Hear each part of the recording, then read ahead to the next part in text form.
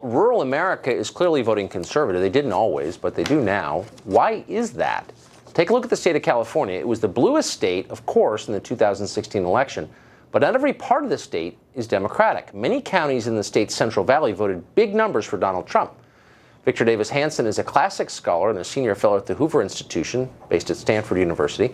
He's also a farmer in the Central Valley, and he just wrote a piece entitled "Why the Central Valley Votes More Conservative," where he described the 2016 election as a revolt by the forgotten masses against the elites. It was a revolt, he said, against, quote, "a world where walls on the border are proof of ignorant xenophobia, gates and walls around private Tony residences are logical measures to ensure security." Professor Hanson joins us now. Professor, thanks a lot for coming on. Thank you for having me. So how would you summarize, so what is the core cultural difference that creates the political divide between rural and urban voters? I think it has a lot to do with speech and deeds, thought and action. That people in the country, they tend to be a little bit more isolated, and how they dress or how they sound are not as important as what they do. So we've gone now a half century with this best and brightest paradigm where your zip code or your income or the brand of education that you're stamped with is supposed to mean something, and we take that for granted. And people out in the country tend to be a little bit more autonomous. They pump their own water, they deal with their own sewage. So a man or a woman that can repair a hydraulic ram in 10 minutes or get on their belly and take out a transmission, that takes a lot of skill, and it takes a lot of intelligence and ingenuity. And we haven't valued that because we are in this paradigm. You leave this Tony prep school, then you go to an Ivy League or a Stanford, and then you get branded, you go to DuPont Circle, Upper West Side, and we consider you wise. And the people in the interior said, well, wait a minute. We're $20 trillion in debt. You can't speak on a campus without being shouted down.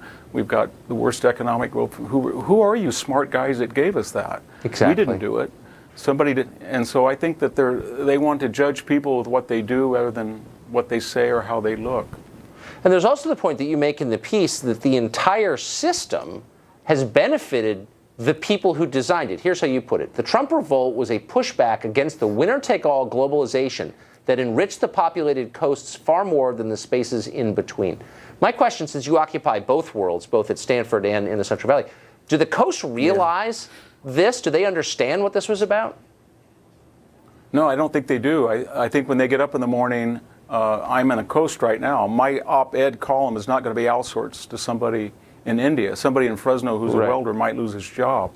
So people who do mining and logging and manufacturing and farming, the material things, they're saying to us, wait a minute, you have a granite counter in your kitchen, you have a stainless steel refrigerator, those are nice things. We make these things, and we're not outdated, and we want to look for somebody that recognizes the worth that we contribute to society. You can't eat an app all the time. Right. And you do have to go back to the elemental essence of food and military security and housing and construction. We are the people supply it. We don't have degrees. We're not pajama boys. We don't look and sound like you people. But if you keep taking us for granted, you're going to get more of the same. And that was sort of this tragic shout back to a therapeutic culture. Right. But it's more than take us for granted. I mean, lots of countries have seen this, the tension between the countryside and the cities. But why the loathing of the people in the cities for the people in the country? Yeah, that's a very good point, Tucker. And that, I think, is a different subject. That is that the people on the coast or the elites never assume that they have to suffer the ramifications of their own ideology. So people are said to be xenophobic or nativist because they want a wall. And then they look at Mark Zuckerberg, who walls around his estate in Hawaii. Or they say, we want reservoirs, we need water, we need dams. And the people on the coast say, well, that's so pre-industrial, we don't do that anymore.